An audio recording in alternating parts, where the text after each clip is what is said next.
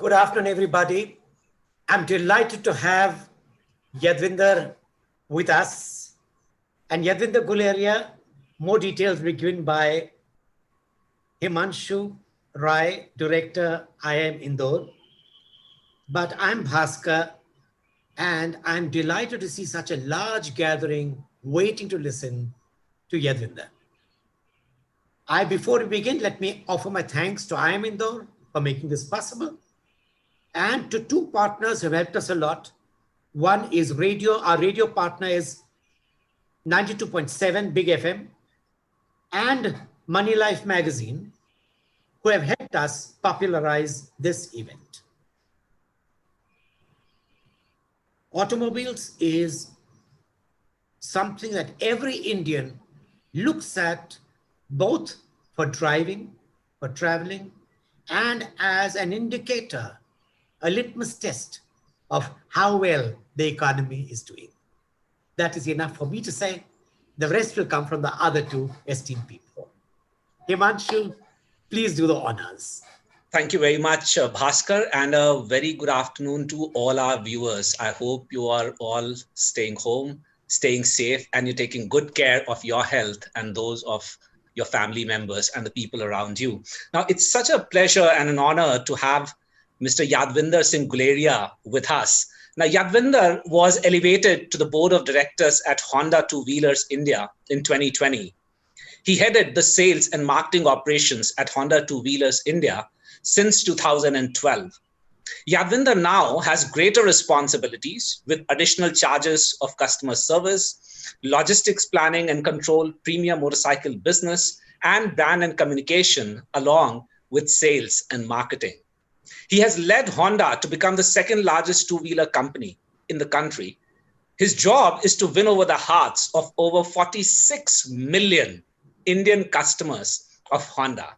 His suave marketing instinct has actually led to brand Honda winning accolades like most exciting two-wheeler brand equity, 100 most exciting brands 2015, most trusted two-wheeler brand. And he also got recognized as the marketer of the year from IAA Leadership Awards for 4 years in a row. Yes, you heard me right, 4 years in a row. He's also a certified safety riding trainer and chief instructor, sales training by Honda Motor Company, Japan.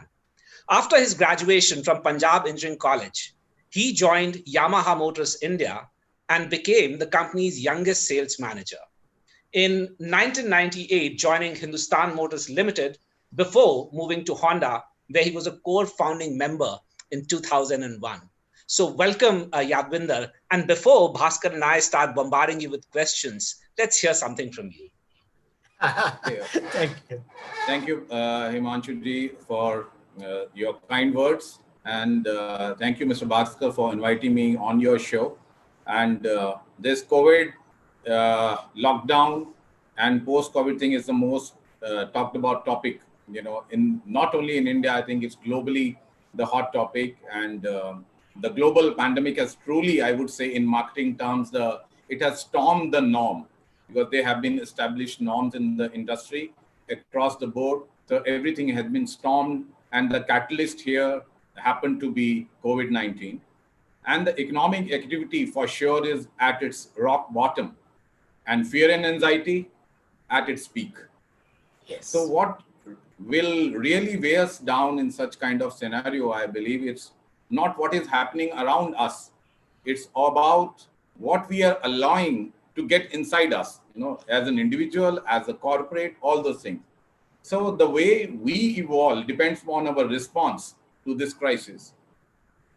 When we are here on a marketing seminar like this, I think we need to talk more from the brand perspective. And for any progressive brand, in my terms, lockdown is not a knockdown.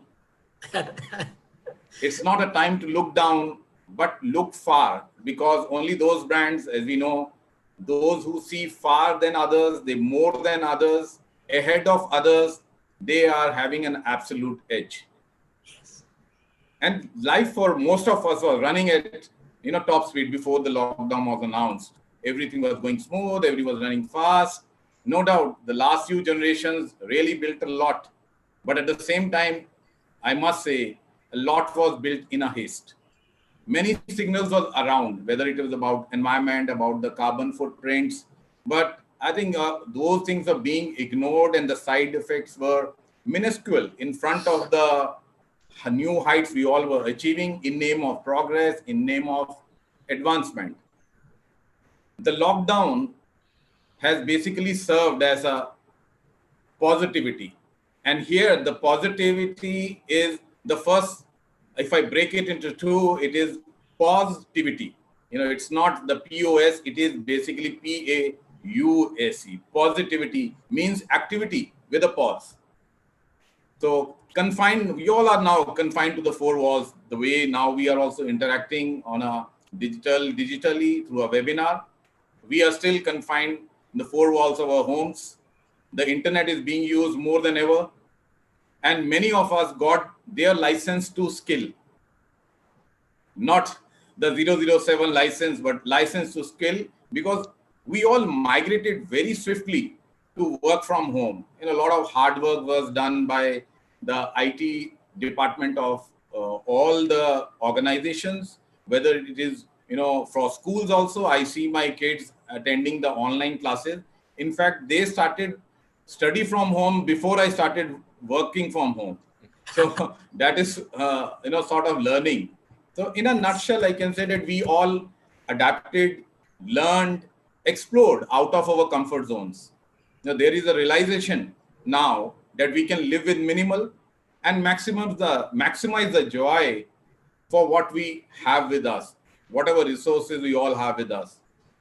So I was in another webinar and it was asked to me, how do you define COVID? And I simply started thinking about it. Okay, so if I see it as in a form of abbreviation, it is like the first C is connecting, and second is O. O is about opportunities, V is virtually, and I is introspected, and D is discovered.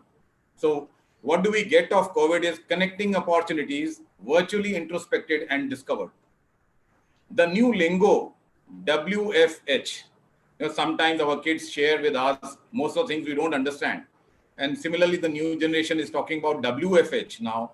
And this WFH, now we all know it is work from home. It is gaining acceptability, irrespective of the line, the business, educationists or teachers, everybody, except the COVID warriors who have to be essentially out there, physically in the hospital. Policemen have to be out there. There's no way for them to work from home. That's why they have been defined as essential services. But apart from those essential services, most of us are now very familiar with this lingo of WFH. So let us consider now the two scenarios. One, everybody is talking about lockdown 3, now lockdown 4 is going on. And the next question comes to us, the most often question asked as a spokesperson of the company for Honda, what is going to happen post-COVID? So I would like to say here that COVID is still around. There's nothing called post-COVID as of now. So let us try to divide the scenario like two. First is post-lockdown. Yes, we are talking about post-lockdown, lockdown 2, 3, 4, because with every lockdown, the conditions have been different. The economic activity slowly started coming in. The government at the center also allowed states to take their own decision based on the crisis and the seriousness, urgency, and gravity of the pandemic at their respective states. You cannot have one barometer for everyone. So we have two scenarios. One is post-lockdown, and the second one is post-COVID. First is definitely short-term, requiring immediate attention. Once we are out of the lockdown, what are we supposed to do? So one thing is very clear, that there would be an extra flap which is going to be cut. Austerity measures are going to be there around, irrespective of the business. And more of structural changes we are going to see, which will basically cut down on the waste which we discovered during this lockdown. Earlier, we never said it was a waste. It was part of our daily routine, daily operation. Second is the long term. Since we have not established the cure, or there is no vaccine for COVID-19. So that's why I say that it is not post-COVID, but it is a long-term, post-COVID basically is a long-term scenario for all of us. So I also recall reading somewhere about happiness ATM. So this is, one thing I'm really personally convinced that we need to swipe our mind through this happiness ATM in 2020. And once we move on post lockdown, and a little bit elaboration of what is this happiness ATM. So the first thing is about the A. The first and the foremost thing I would say, accepting the present circumstances, but with objectivity in mind. So we must have a clear purpose that how do we are going to take on this pandemic, and at the current situation, it is all about survival. So first thing is accepting the present circumstances. The next is T. T is taking charge of your situation. If you are thinking somebody will come and help me out, frankly, no. Nobody is going to drop from heaven and, just suddenly appear in front of us, or genie will come out of the lamp and they are going to help us out, because there is no textbook, there was no manual, there was no reference book available for such kind of pandemic. It happens once in 100 years. That's what I have read. And nobody lives around for 100 years to share their wisdom in person. So we need to take charge of the situation, requiring very high, personal level commitment and discipline. For example, the personal hygiene we all are talking about. We are talking about social distancing. So we have to take charge of all those things. Government can only give the guidelines. Finally, the M of ATM is making the best of available resources. So that's where we talked about the austerity measures will come out. And in the lockdown, we already realized we can maximize the joy with the minimum available at home. There was no Amazon working in first 1 or 2 lockdown, no Flipkart working. So we were still getting the essentials only and living it up, seeing many things on the YouTube. The housewife was preparing, the gentleman becomes suddenly the celebrity chef through some of the pictures which they have taken. Maybe 90% job done by the wife or the lady at home, but I only clicked that 10% and clicked some picture and put it on the social media. This is what I prepared. So, but everybody was making the best of the resources which were available with them during this period. So summarizing, the year 2020 will go down in the history where success was with those who moved cautiously with an instinct to survive, revive, strive, and finally thrive. So that's how we look at this 2020. And in lockdown 4.0, we basically are witnessing about to, on till 31st of May, it's going to end the lockdown 4.0. But we did witness a kickstart of economic activity beyond the essential commodities, even in our business automobile, which was till lockdown 3 was very much restricted. So with a high degree of recalibration, of course, what we are seeing now, post the lockdown 3, when we really started our economic activity. So transformation definitely is the buzzword around in every business activity which we are seeing. So along with the product and services, brands are first promising not the quality, not the delivery, but the safety. That's the first thing almost every brand is promoting, whether it is Zomato, Swiggy, or the deliveries happening at our home, at the doorstep. But everybody is first promising on the safety, and this is what in our auto business also, all our dealerships are, assuring the promise that we are not compromising. There is zero tolerance on safety, and that is what is going to get the reassurance of the customer to start visiting the dealerships or the business premises, which are brick and mortar, which we call the physical activity. But now, post lockdown and post the COVID era, we will going to see the physical and digital coming together, making it a physical kind of ecosystem. So no surprise, we are seeing a new way of life in business, in our user behavior who are buying today. Some trends obviously are going to stay forever as new normal, but some may also come back. I think it's too early to read on that these are the established new norms. Certain things may come back, only time is going to tell. For example, digital first is in. Since it was extensively used to connect and avail services during the lockdown period. So most of them, or most of us, have now got it like, very comfortable on each and everything to use or utilize the social media. For many also, it was the first time, especially the senior citizen, the first time on experience on digital media, because they were not getting the hard copy of newspaper, so consuming media on digital. But whether they will move on to digital reading in future, or they will still launch for the third of that newspaper outside their doors on the balconies in Mumbai, that my newspaper has arrived and this is the start of my day. So many safe to fail experiments also done, conducted, and most of us unabashedly shared with our near and dears on the social media all those safe to fail experiments. I also experimented on my haircut at home, ordered the Amazon the Philip trimmer. My wife saw it on the YouTube video, did experiments. Some are very short on this side, some are long on this side, but somehow it worked that I didn't need to go to the barber. So such things have really happened and we have all shared.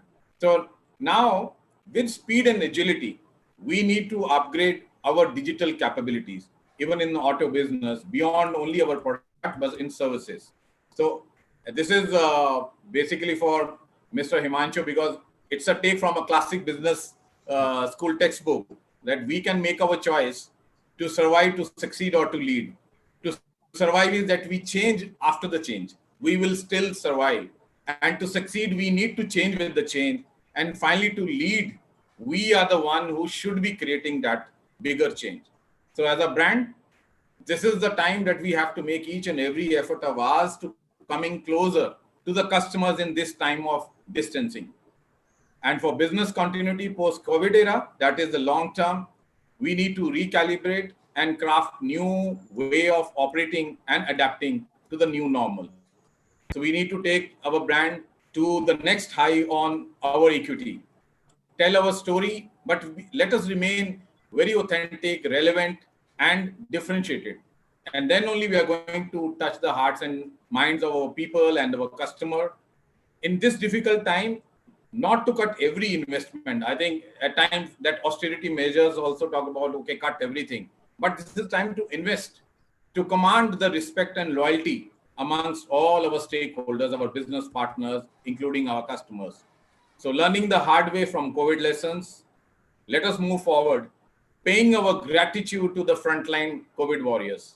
So I hope and I wish we marketers make a positive contribution in the next new normal. Thank you. That's what I wanted to say. Himanshu, Okay. your baby. So Yadvinder, those were, not just words which spoke about, say, how the things need to be managed in the future, but those were also words of wisdom and words of motivation, which told our viewers as to how we should be looking at things. And I particularly liked the definition of COVID as an acronym that you gave, where it was all about connecting and about opportunities. Now, by and large, in our country, the two-wheeler numbers have outnumbered the four-wheelers, and by far. Do you think that this trend is going to continue? Is this gap going to become larger, or is it going to become smaller now post-COVID? Yeah, thank you, Mr. Himanshu, for your question. Very rightly mentioned, there is a large gap between the two-wheeler volumes and the four-wheeler volumes. Having said that, the penetration level in both the segments is relatively much smaller compared to even the other Asian countries and even the emerging economies. So there's a large potential for both these segments to grow. However, seeing from the price point of view and the first step into the mobility, I would say, whether it is the automatic kind of mobility and moving away from the public transport, and you own your personal commuting mode. So two-wheeler have much, much larger potential still to grow. And we were already 20 million plus volume, annual volume so far. Because of last year, there was a downfall in the industry consecutively for 12 months in a row. So we had an 18% degrowth in the industry. However, it has a big potential to come back to that 20 million, being the largest two-wheeler gasoline, operated two-wheeler market in the world. So it will continue to grow with even the motorization, even the road infrastructure improving in the rural area, there will be more and more need of the personal conveyance. But yet, at the same time, two-wheeler is not only mobility from point A to point B. It is still in India, by and large, a statement that you have arrived. Mostly we say it is for four-wheelers, but once we go to the bottom of the pyramid, that is also a statement that we have arrived. One real trend which we are observing now, there is a propensity of the new buyers in this lockdown limited period economic activity which has happened. There are new buyers who are having a high propensity of choosing a two-wheeler for their daily commuting by avoiding this public transport infrastructure, because there is a high level of awareness about not using the public transport infrastructure because of the hygiene and social distancing coming in. So this is one new segment which has arrived, and we are closely watching how far it is going to be sustaining as a trend in the long term. But in short term, we have already identified this. Okay. Now, just related to this, since I was comparing the four-wheeler market with the two-wheeler market, another thing that we have observed is that when it came to four-wheelers, the foreign-made four-wheelers command a great share of the market. Whereas that is not the case in the two-wheeler case, in the sense that domestic companies are doing very, very well. Bajaj, Hero, TVS, Honda. What made the two-wheeler sector stay with the domestic firms? Let's go back to a bit of history here. We had a very close economy when the production numbers were also capped by the government. They were a limited production which was allowed up to 80s and all.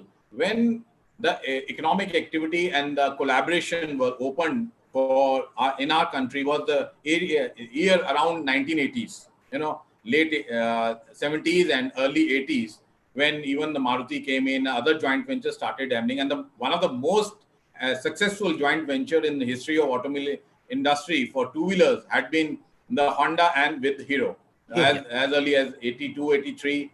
And the first four-stroke motorcycle became, an overnight hit and still continues. So this is the history that once you go back and see those, today when we see them as domestic makers, they had always foreign partners, technology partners to begin with. So, and they have been long partnership for years.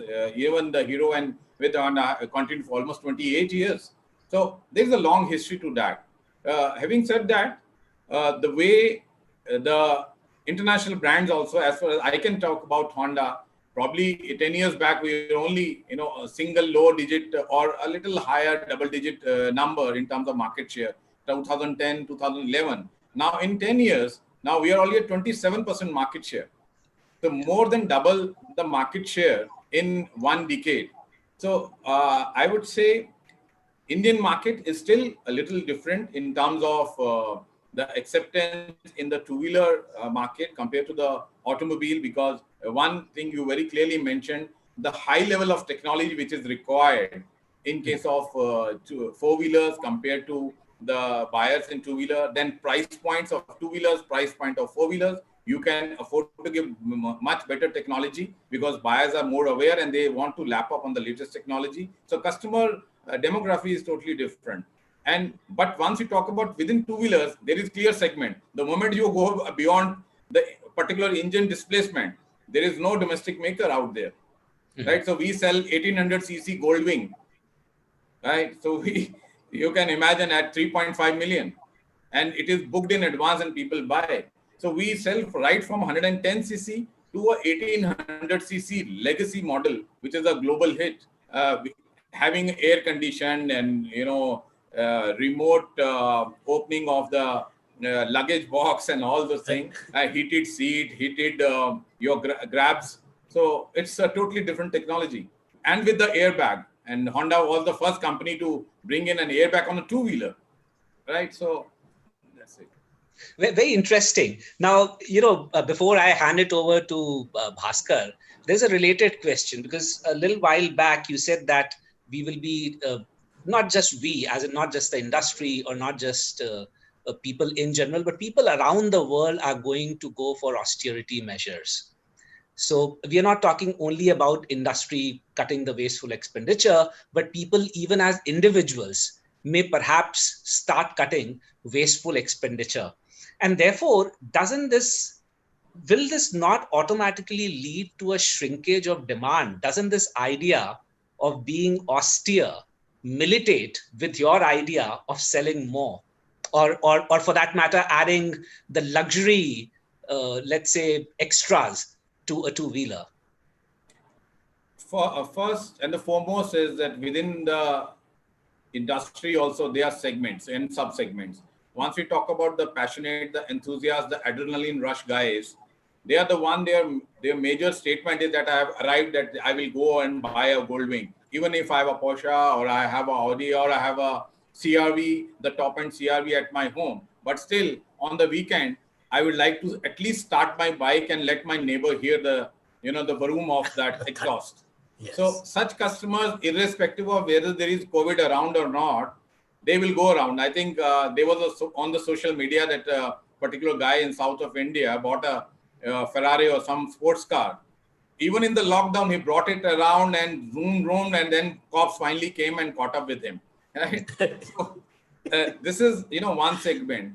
But yes, having said that, there is another thing which has happened in the two-wheeler industry that from 2017 till 2020, there are a couple of things which have happened. One is about the new norms, homologation norms regarding the BS6 from BS4 to BS6, no BS5 in between, so carburetor to fuel injection. Second was the additional safety norms in terms of the ABS brakes and the CBS brakes.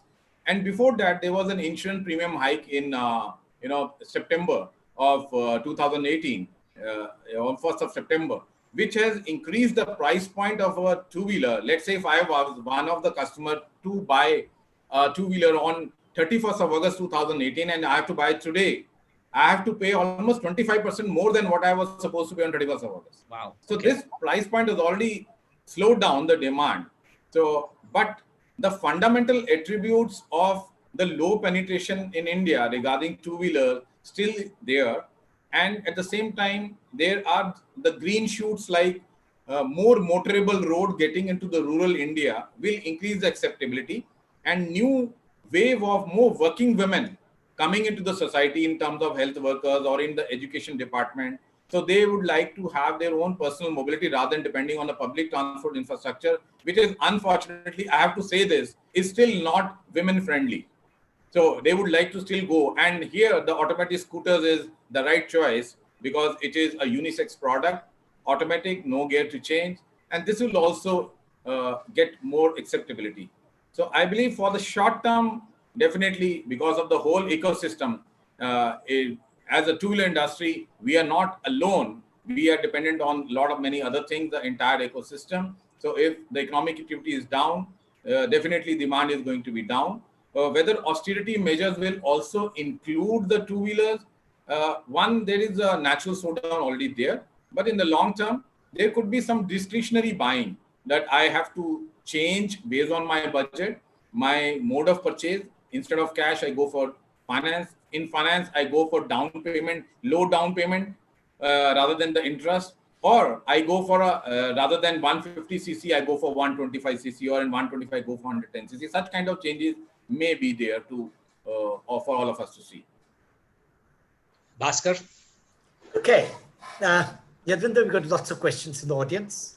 Yeah. And as always, the demand for answers is greater than the time allocation. So let me try pushing all the questions together and put them into compartments. Most of the questions are about employment. About what are the employment opportunities? Are you slashing jobs? Now, when you're talking about jobs, you've got two kinds of jobs. One is on the factory floor. They say, oh, three kinds of jobs. The second is the dealers and the marketing and the sales. And the third is the service sectors. Now, all the three, how do you see the market spanning out on the job front? And then we'll come to the next question, which is technology. Okay. All right. So you asked me a most difficult question, which obviously should have been asked for the government at the center. we are basically, yes, one of the biggest employer in terms of, because it is manpower infested kind of industry, because of the whole supply chain, the vendor, the supplier, the transporters, and service centers and showroom. Obviously, like for us, we have close to 6,200 plus 200 plus 6200 plus network in the entire country to take care of the product and services of brand Honda. So obviously they employ good number of manpower, and now the demand being less, there will be some austerity measures in place. However strong and rigid maybe we are there in saying that we are not human being, we are being human, but there is an economic factor also which are out of our control, and those things may happen. I would not deny that thing happening. At the same time, the figures are already out that almost employment as high as 24% of unemployment reached to that kind of level, which is not there last 40 years in this country. Yeah. So in 4 decades we are seeing.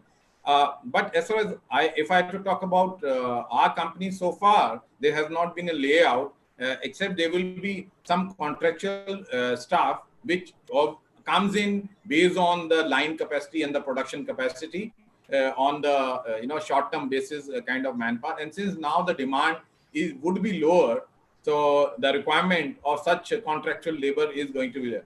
But as far as the permanent employees are concerned, there has not been any layout. The salary has been paid for March, for April, due for May, and they have not been cut in any salary.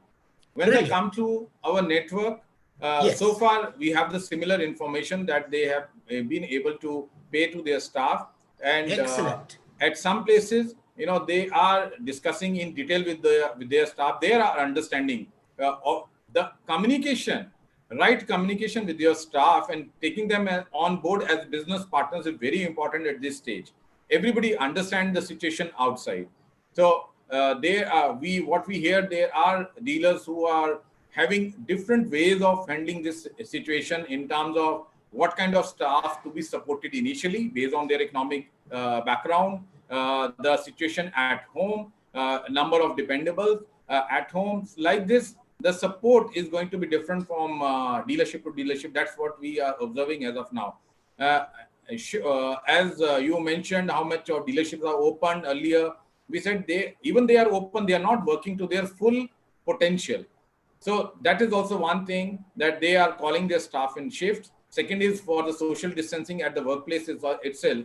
You cannot have the same premises and have the equal number of people coming in. So they are fixing up the shifts and getting everybody engaged so far. And how far it has been cut or will be cut is difficult to say today at this stage. What about the service centers? Service sectors, fortunately, repairs of vehicles. Yeah. Fortunately for service sector, we found that once we are comparing sales versus service activity at our network, one was from the government side. They allowed the service sector to operate first. Because for the lockdown period, there were many people in the essential services using their vehicle on daily basis, 4-wheeler or 2-wheeler, but it was not being serviced for more than 2 months. So they allowed first those service activity to start, and that gave us the first mover advantage at our dealership operation. And we are already touching more than 60,000 2-wheeler services every day at our network. 60,000 every day? Every day, more than 60,000 every day. Still, it is much lower than our daily potential. I'm not going to say here what is my daily potential, but yes, it is 60,000 gives a lot of confidence back to our dealership because the clock has started rolling, invoices being generated, parts are being consumed. So there is a momentum, and it has brought a lot of positivity. You have also, many people have started going back to authorized service centers because of the fear of contamination at the unorganized service center. Is that happening in your case also?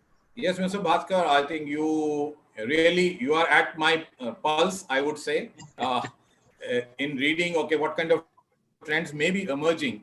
Once we saw in sales side, there are new customers coming in because of this awareness. At the same time, we are also trying to study what are the percentage of unique customers coming in. How we define in auto industry unique customer who have never got services from our authorized network in last 8 to 10 months, and now they started coming in. And for the obvious reason which you just pointed out, they have less confidence on the hygiene and the other safety aspects being done in letter and spirit by the private workshops outside. So they started coming in because they are reassured in terms of that while my vehicle is being serviced, the hazard or risk to my health of catching up the virus is mitigated by visiting an authorized workshop. So this is the new norm, maybe, which is developing. So it means your profits on the sale of accessories is going up. At this stage, I will not say accessories because it is the maintenance of the vehicle. It's the maintenance of the vehicle. But parts consumption will definitely go high. Go up. Okay. The second question in the labor part is, what about your truck operators? Are you getting your truck operators? On account of our logistics partners, once we see the financial packages which kept on coming every day at 4 p.m., we were hoping that at least 4 p.m. and the fourth package may have something for the logistics partners as well.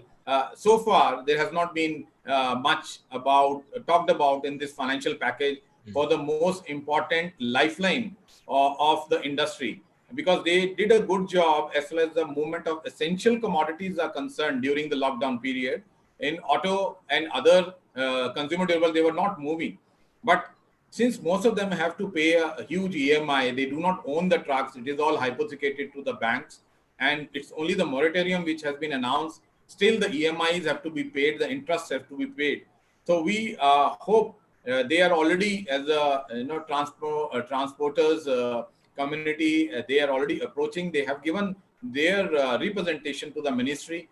We hope something may be announced for that. And we are also inside considering how we can support our transport partners in this difficult time, because many of the trucks were stuck on the road for almost 2 months, including their drivers and cleaners, no place to eat out because the roadside dhabas are also closed. They really had this tough time on the roads.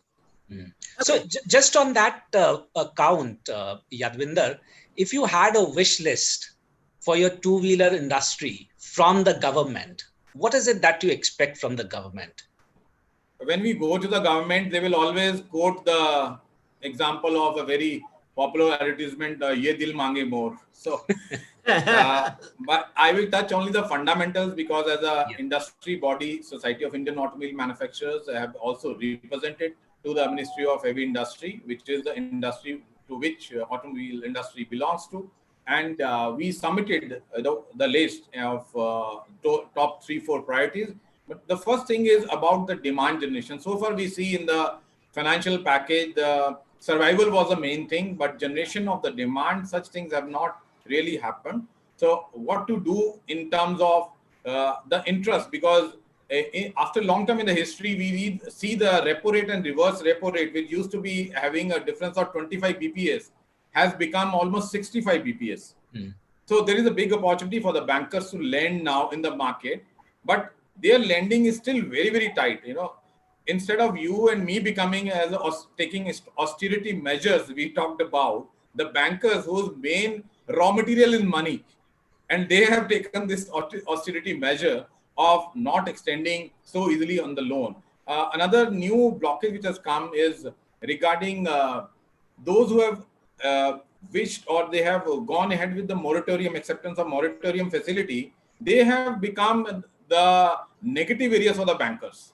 So even because of some condition, I have opted for moratorium on my existing loan, and I want to buy a two-wheeler loan. They are not being extended that loan, even if it's a worthy, as per their CRISIL rating or their evaluation. That's one part. So how do we generate more demand? So that is one.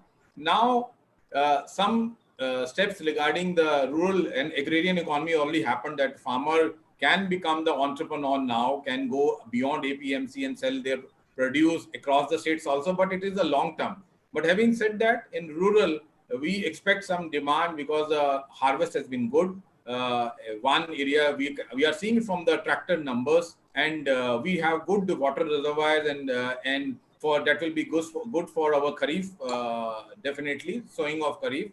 And then most important long-time pending thing has been always the GST. As I just shared with you, in last from insurance time to the BS6 time, the vehicle cost has gone up by almost 25-30% like that. So GST, if we do not know the period by which the government can really extend that kind of support. If GST can be brought to by down by 10% and from 28 to 18%, it can generate a demand and the vehicle will still be available at the BS4 prices, because most of the products which have launched in BS6, their price range is 10% to 14%.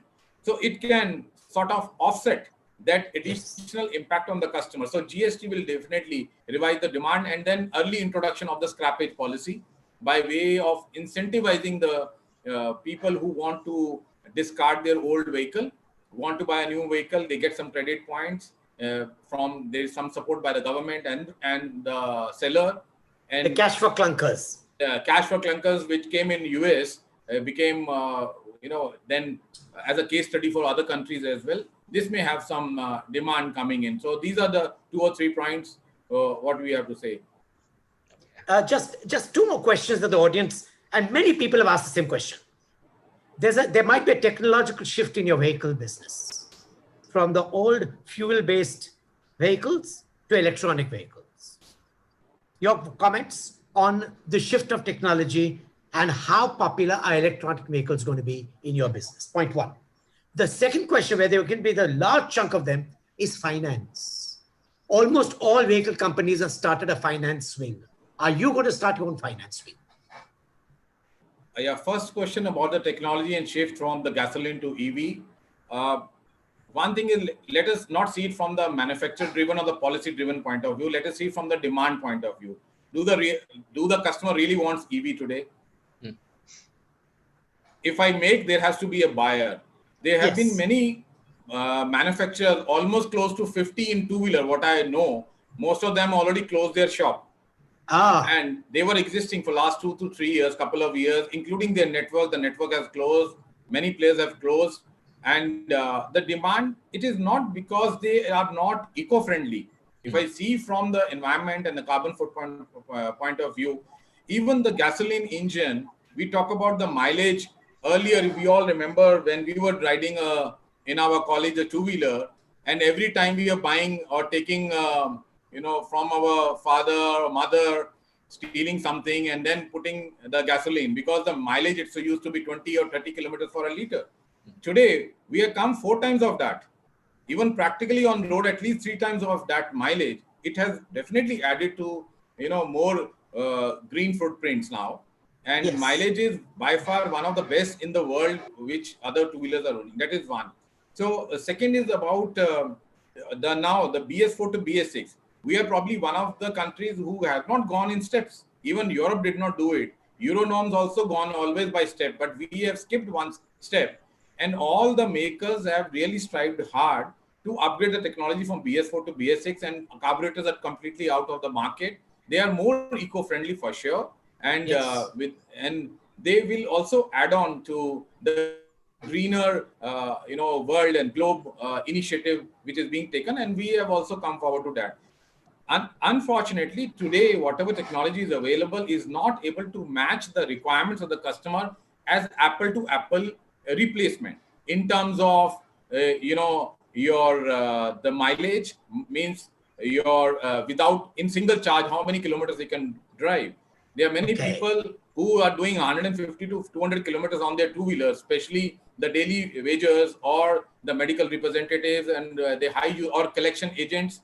They have a high usage. So in one charge, how many kilometers we can do? Second, the way we use two-wheeler in India, we are using mail it for the loading also. Large chunk of not only for passion and adrenaline rush. So the moment you put more load, you go up the flyover, the range of an EV goes down. The performance is not able to match today.